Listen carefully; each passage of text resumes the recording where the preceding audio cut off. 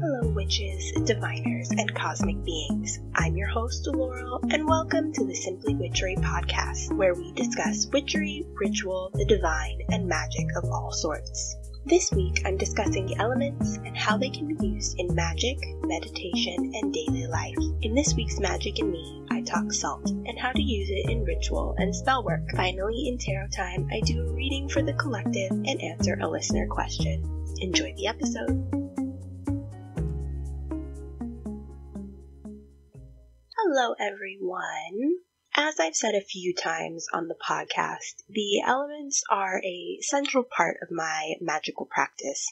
I use them in just about every spell and ritual that I perform as power sources and grounding points. They are the main source of power outside myself that I turn to when I need strength.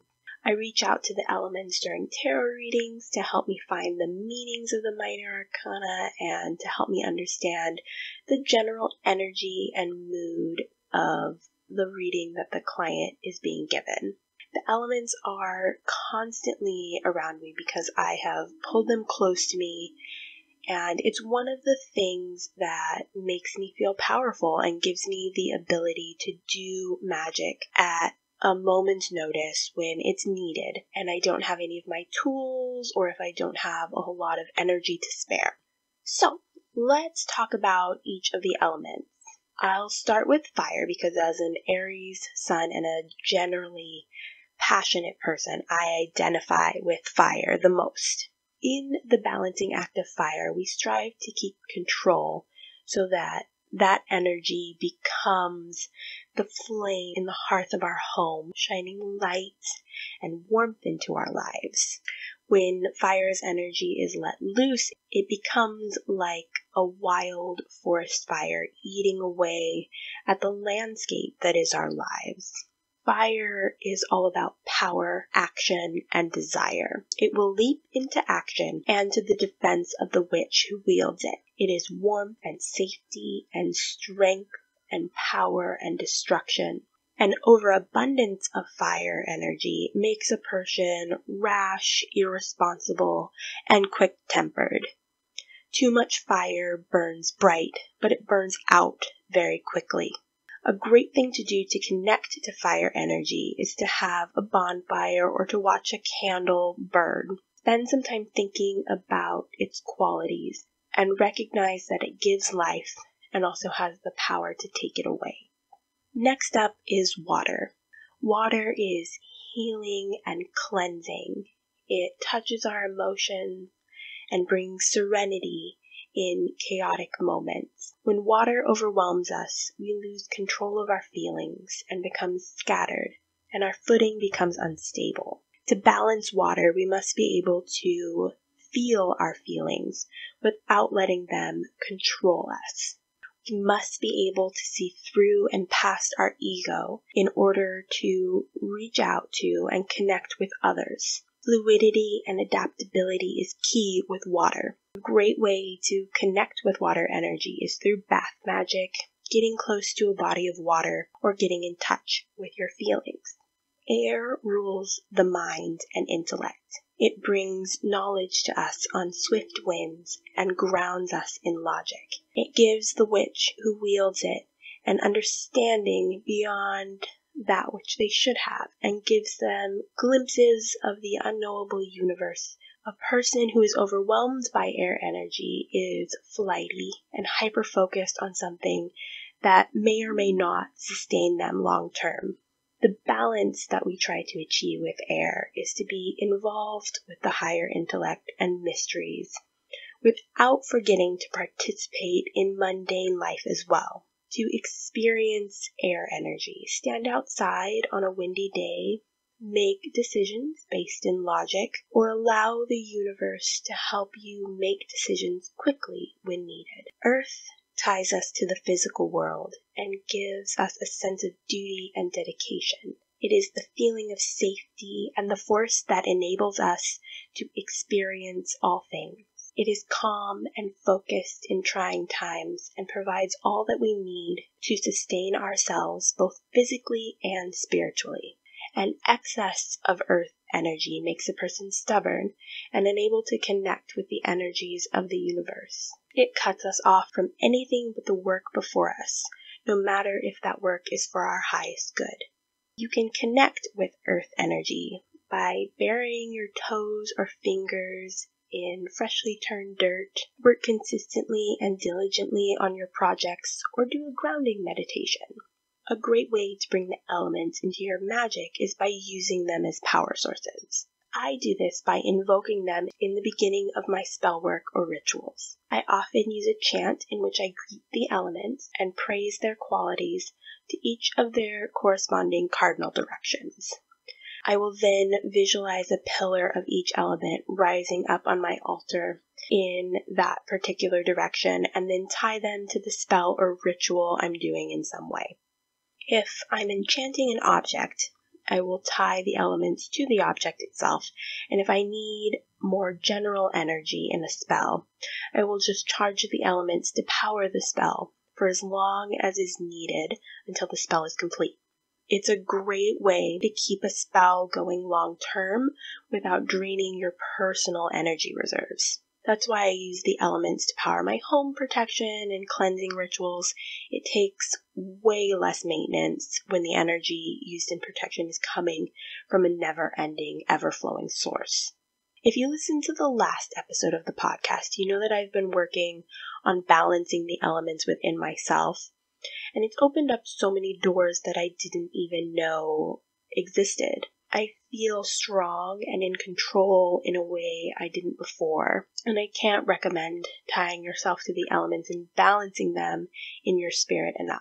At the end of this episode, I will share a guided meditation called the Elemental Altar that I wrote in order to share my process of elemental balancing through meditation with you all.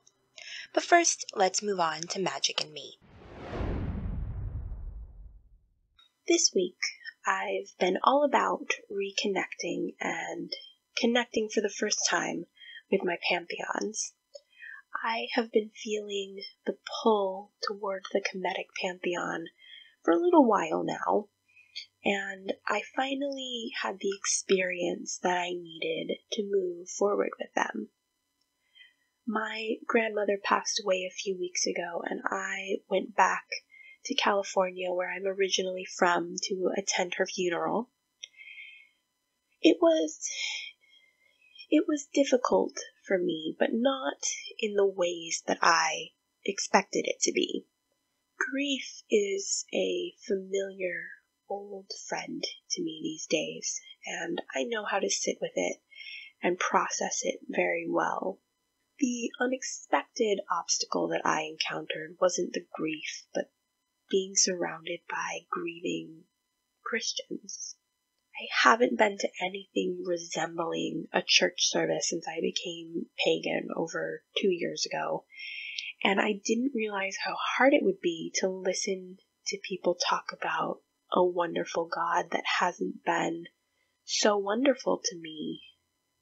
My deities drew very near to me during the service, and it gave me so much love and support that I might not ever be able to put what I felt into words.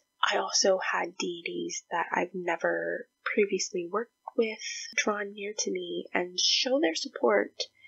And one of those deities who came to stand with me was Anubis. He gave me this wonderful sense of calm and peace, and once I was home and back at my altar, I felt called to introduce myself to him properly and to offer to him. He was so wonderful and welcoming, and it was an amazing thing to experience, especially on the back of a funeral and coming home and being in an airport for 6 hours, and it was amazing. He told me that he wanted peanut butter as an offering the next time we talked, and he has such a soft presence to him. I think I'd say he feels quietly fierce. I think that's a great way to describe him.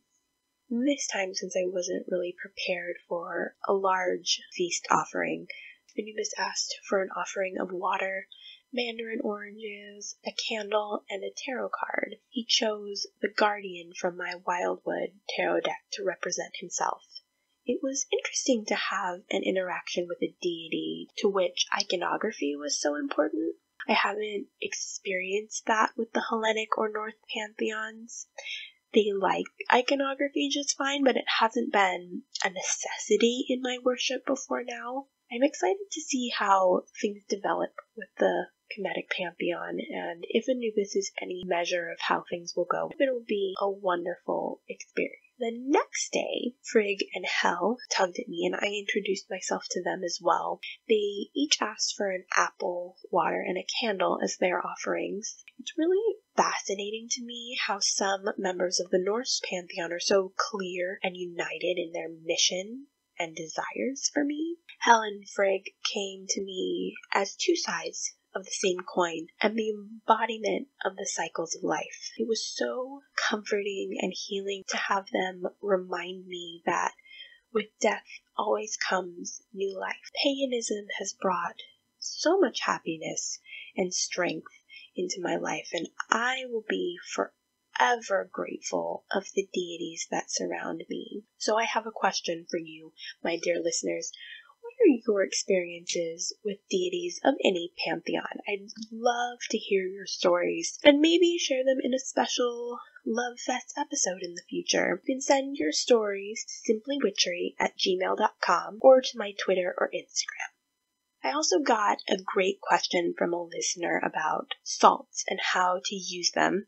So I figured I'd do a brief overview in this week's Magic and Me section. I use salt in a lot of different ways, but mostly for the same reasons. Salt is an excellent way to cleanse things of energy. I say cleanse them of energy because unlike other methods, salt extracts all energy from an object, not just negative or otherwise undesirable energies. I use salt mostly to remove energy from objects. I just bury the object in a bowl of regular table salt. Let it sit for an hour or two at the most. I find that after this process, it's necessary to replace the energy that's been extracted from the object with a new intention. And so I'll spend some time meditating with the object and imbuing it with whatever energy I want it to contain. Epsom salt and pink salt I most often use in bath and glamour magic, as they are best used in bath soaks and body scrubs. Table salt also works well in scrubs, but I find that the extra minerals in pink salt give my skin an extra mundane and magical boost. Epsom salt is great for balancing and healing bath rituals because of its ability to relax the mind and body. I also use black salt in my practice. Black salt is a mixture of ash and salt and sometimes metal shavings. It's used primarily in protection and banishing rituals. I use it often to protect my sacred spaces. I used it often in the past to protect my sacred spaces when my living situation wasn't so great. It's a wonderful tool to create barriers around things and spaces that you don't want negative energy or negative people to infect. It can be sprinkled around the perimeter of your home or across windowsills and door frames to keep things with the intent to harm you or other inhabitants out. I've also used black salts as a component in curses. Lastly, green salt may be my favorite kind of salt just because I get to eat it. Green salt is just salt mixed with herbs and spices that can be used when you cook to add a magical boost to your meal. It's most often used to manifest abundance, luck, and prosperity, but depending on the herbs you use and the intent you put behind it, green salt can do just about anything. I hope this little overview helped you out. Let me know if you have any other questions about magical ingredients or tools of any kind. I'd love to answer more questions like this in future episodes.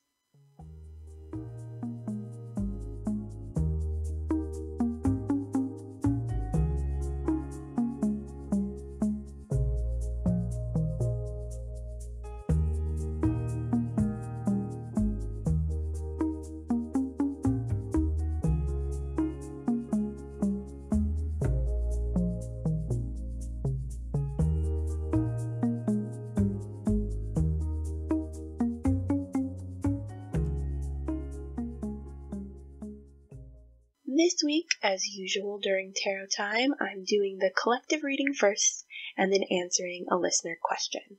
I felt called to pull 3 cards for the collective this week from the Line Strider Tarot. Judgment, the Queen of Cups, and the Page of Wands came up for us this week. The cards each have an individual message today, so I'll describe them and then give their message one at a time. Judgment depicts an angel with an orange mask covering their face.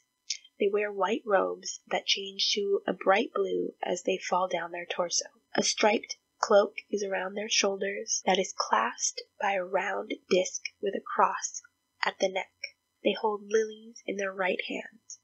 Judgment in this deck has always had a more gentle energy than the Judgment card of other decks. This card advises the collective to heal their pain by releasing the things that are causing the pain in the first place. It's time to balance the scales and place your own comfort in equal priority with the comfort of others.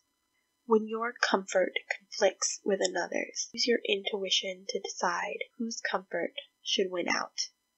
The Queen of Cups pictures a young woman wearing a crown of starfish. She holds a cup that contains a small fish within it. Jellyfish swim in the water around her.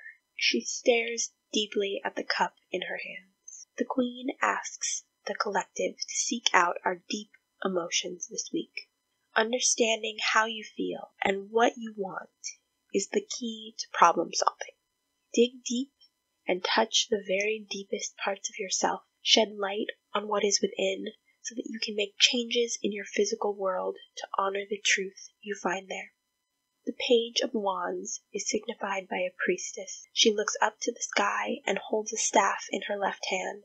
A dragon stands behind her with its mouth open in a snarl. 3 eggs and a treasure chest sit at the priestess's feet. She wears blue robes that expose her chest. The page reminds us that we have the power to manifest the abundance that we seek. Intentional action is needed to bring the life we desire into reality. You are the priestess that this card depicts. You have the power of a dragon at your back and a treasure trove at your feet. Reach out and grasp them both, and allow the abundance to flow freely into your life. I hope these words help to guide you to your highest good, where peace and blessings flow. This week's listener question is from Instagram, and the question is, any advice for the next 3 months? I pulled 4 cards for you from the Wild Unknown Tarot. The Fool, the Daughter of Pentacles, the World, and the 2 of Wands came up for you. The energy of these cards is so cool and particularly powerful, I have to say. It feels like the cards have something very deep for you today. There are a few different layers to the message that the cards have, so I'll start by describing the cards and then we'll get into their meaning. The Fool pictures a baby bird standing with one foot clutching a branch and the other stepping off into the air.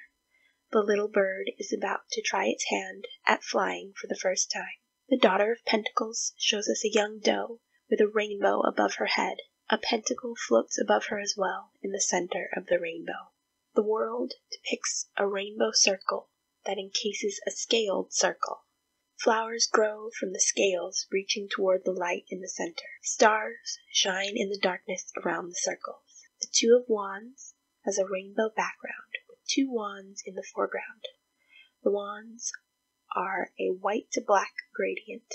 These 4 cards come to you both as a whole and in pairs. I'll start with the pairs and then give you their united message as well. The first pair is the Fool and the Daughter of Pentacles. These 2 cards ask you to move forward into a new chapter, leaving old pains behind you. It's time for a fresh start and a fresh outlook in the coming months. Lean into the qualities of the Daughter as you begin anew. You are strong, diligent, and capable of doing whatever work the Source asks of you. You can cultivate these qualities in yourself, even if you don't see them in you right now. You are being reborn over the next 3 months, and you have the tools to root yourself in your own power. The next pair, the World and the 2 of Wands, they show you a glimpse of what is to come if you can persevere through the growing pains of the next few months. The world itself is all about the perfect completing of a cycle, and when it's paired with the duality of the fire that the Two of Wands speaks to, it paints a picture of a hard-fought victory that will bring you a soft, warm fullness within yourself. The united message of these cards shows you the journey that you are taking over the next couple of months. In this moment, you take the first steps with blind faith and an open heart. The key tools you'll need are perseverance and diligence through whatever hardships and obstacles come up as you walk this path. When this cycle of growth and rebirth is completed, you will feel more whole within yourself than you ever have felt before, and you will have a new power and passion for and in life. Life won't be perfect, but it will be so, so good. Thank you, dear listener, for sending in your question. It was my pleasure to read for you, and I hope the reading resonates with you. Love and luck in everything you do.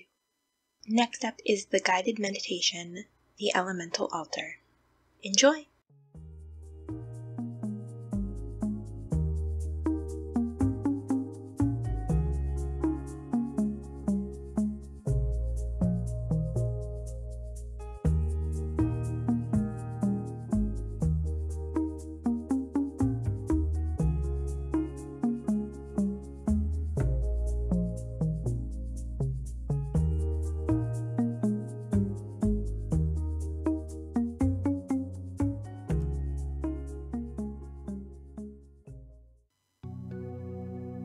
First, get comfortable.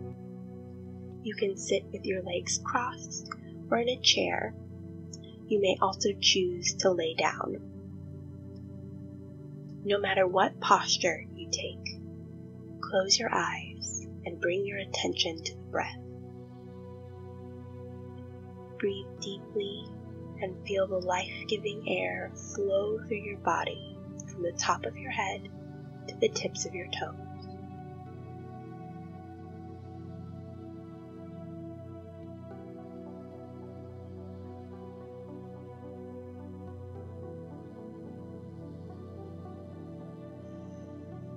As you inhale, feel your muscles relax.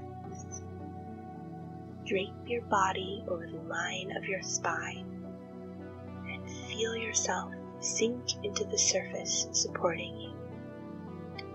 Keep the natural curve in your neck and in your lower back.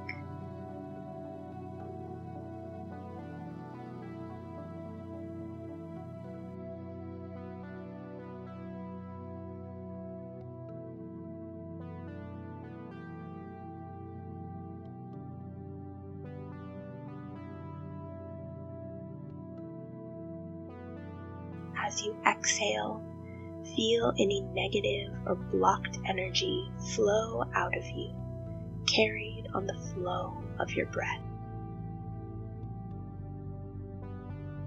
Inhale to replace that energy with fresh, healing, life-giving sustenance.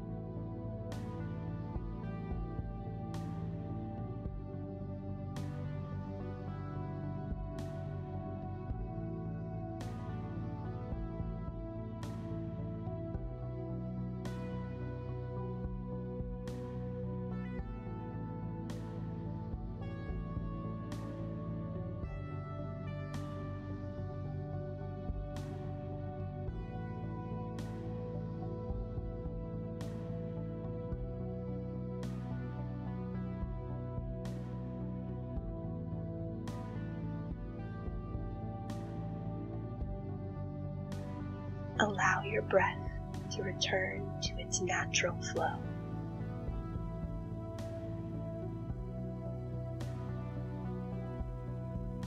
As you breathe, check in with your body. Notice any pain or discomfort you feel. Focus your mind in these places for a moment. reach out in spirit to these points and breathe into the pain, directing the healing flow of your breath into it. If the pain dissipates, move on to another point of pain, or refocus your attention back to the flow of your breath. If the pain does not dissipate, that's okay. Thank your body for the work that it does to keep you alive, and move on to another point, or refocus your attention to your breath.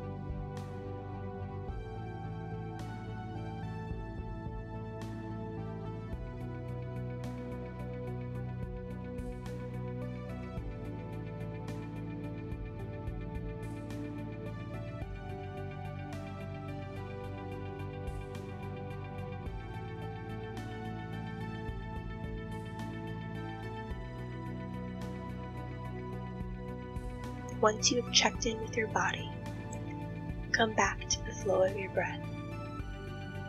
Inhale healing energy. Exhale blocked energy. Keep with this for as long as you need in order to relax fully.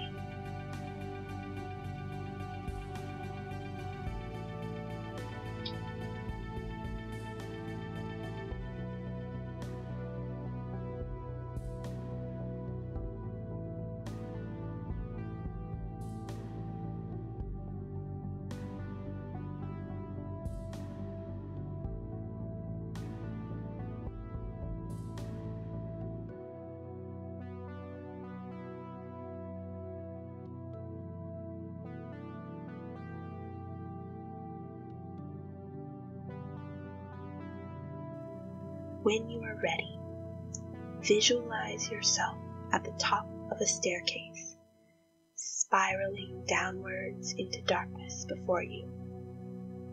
You are safe here. The path is lit just enough for you to see the next step you need to take. It is dark, but you are safe here.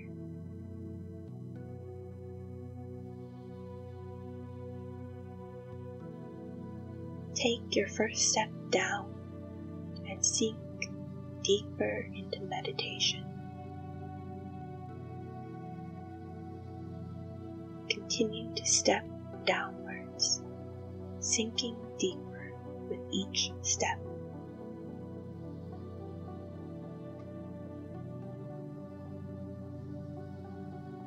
Now we will count down from 10. When we reach the last step, you will come to the bottom of the staircase. 10, 9, 8, 7, 6, 5,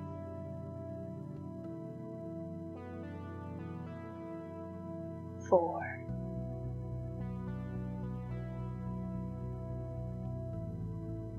3, 2,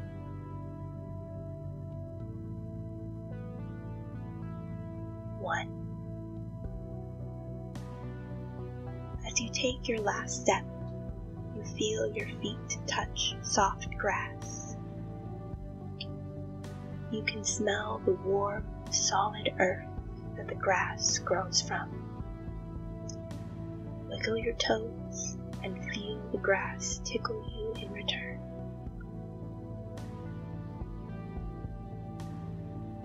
As you look around, a forest comes into focus. What time of day is it in your forest? Does the light of the midday sun shine brightly around you? Are the leaves of the trees that stretch up into the clouds bathed in the soft glow of the full moon? One such tree grows tall and proud beside you. Reach out and feel the texture of its bark.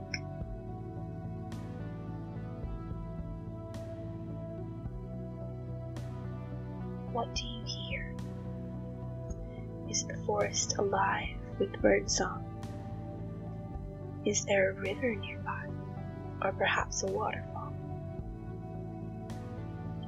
Ground yourself in this place with your senses and create your own sacred forest. Visualize all you can see, hear, smell, touch, and taste.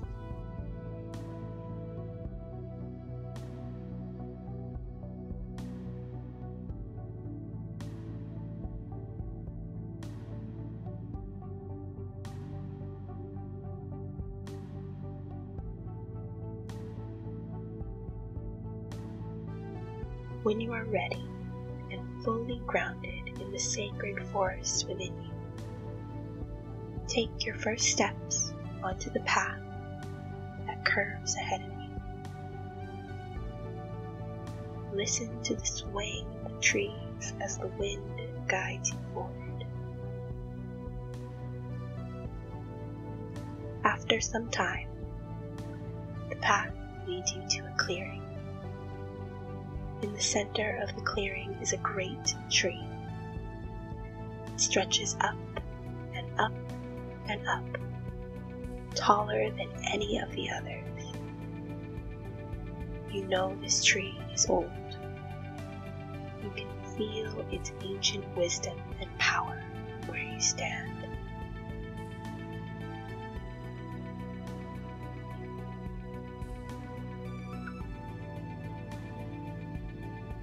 As you approach the tree, you see an altar before it. On the altar are 4 bowls. In the first burns a flame, strong, hot, and bright. From the next bowl rises a powerful vortex made of clear, clean water. Next, you see a column of earth rising from the next bowl, gently shifting and pouring over itself. Lastly, a small tornado whips around in the final bowl. Take a seat before the altar if you so desire. Perhaps there is a bench or a chair nearby. You may also choose to stand. Once you have made yourself comfortable, turn to the elements. Does one element in particular call to you? Reach out for it and take hold of it in the palm of your hand. There is no fear that you may be hurt by the elements. There is no danger here. You are protected. You are safe. As you hold the element in your hand, notice its qualities and listen for the lessons that it whispers to you.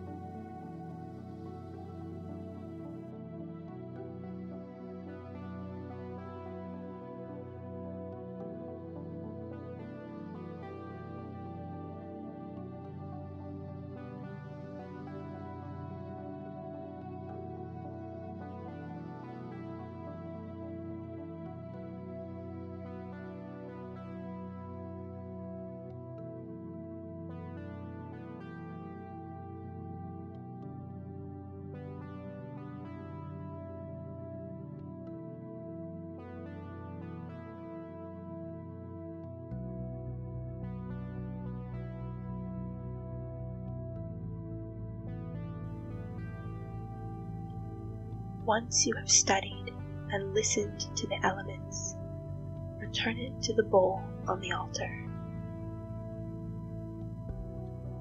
Thank it for its guidance and its wisdom. If you feel called by more than one or even by all of the elements, move on to another element.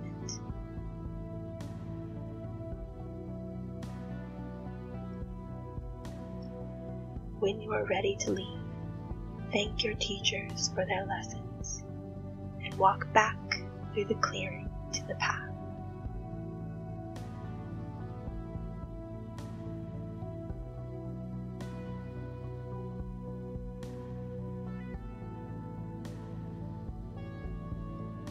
As you walk the path, once again, immerse yourself and your senses in the forest around you. Know that you can return here at any time to reconnect with the forest and with the elemental altar as well.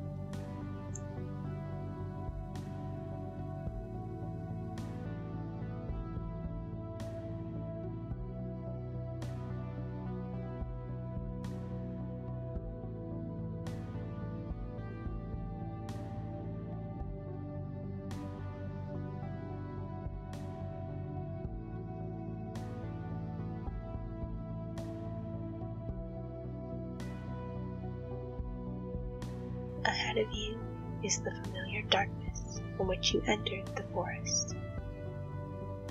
You can see the bottom step of the staircase. Step onto it and allow the comforting safety of the darkness envelop you. Walk up the stairs and count up to 10 with me.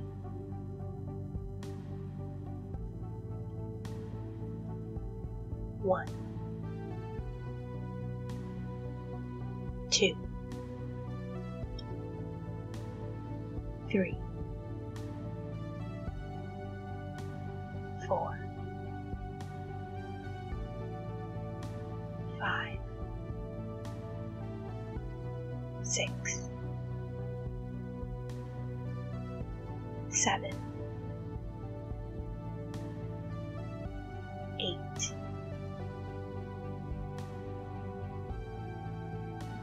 9, 10. Wiggle your toes and your fingers and come back into your body. When you feel ready, rub your hands together to create some heat and press them over your eyes. Listen to the sounds of the world around you.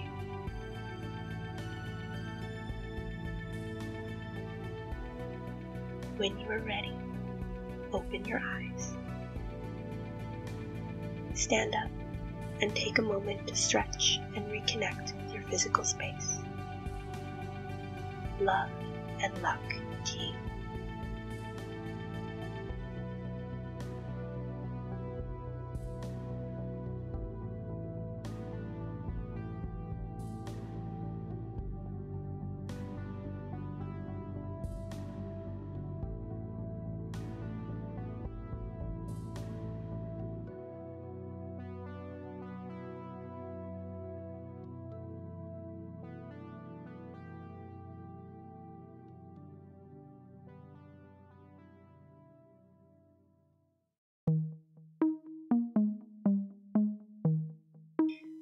Here we are at the end of this week's episode. Thank you so much for listening.